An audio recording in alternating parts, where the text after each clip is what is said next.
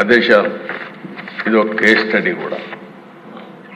వ్యవస్థల్ని ఏ విధంగా విధ్వంసం చేశారు, ఒక పాలకుడు ఏ విధంగా అహంకారంతో విర్రవీగిపోయాడు, అసమర్థత, అవినీతి, విధ్వంసంతో వ్యవస్థల్ని ఏ విధంగా నాశనం చేశారు, రాష్ట్రం యొక్క బ్రాండ్ ఇమేజ్ ఏ విధంగా దెబ్బతీశారు, మంచి రాష్ట్రాన్ని ఏ విధంగా సర్వనాశనం చేశారు, రాజధాని కళ చంపేశారు.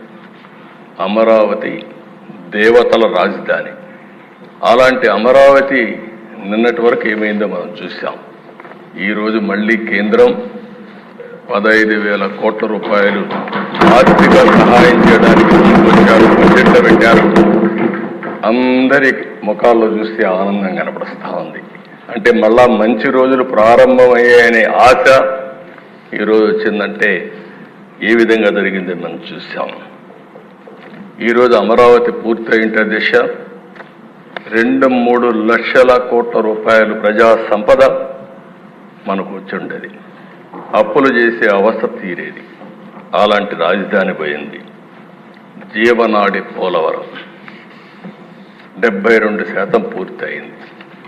2020 నాటికి 21 నాటికి పూర్తి అయిపోయింది.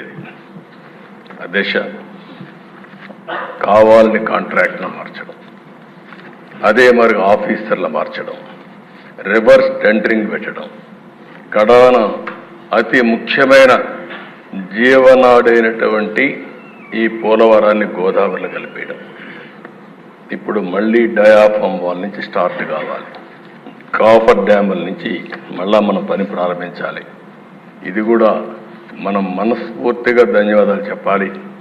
కేంద్రం ఈరోజు బడ్జెట్లో చెప్పినప్పుడు పోలవరాన్ని వీలైనంత తొందరలో పూర్తి చేస్తామని నిర్దిష్టమైన హామీ ఇచ్చారు. వారికి మనస్ఫూర్తిగా అభినందనలు.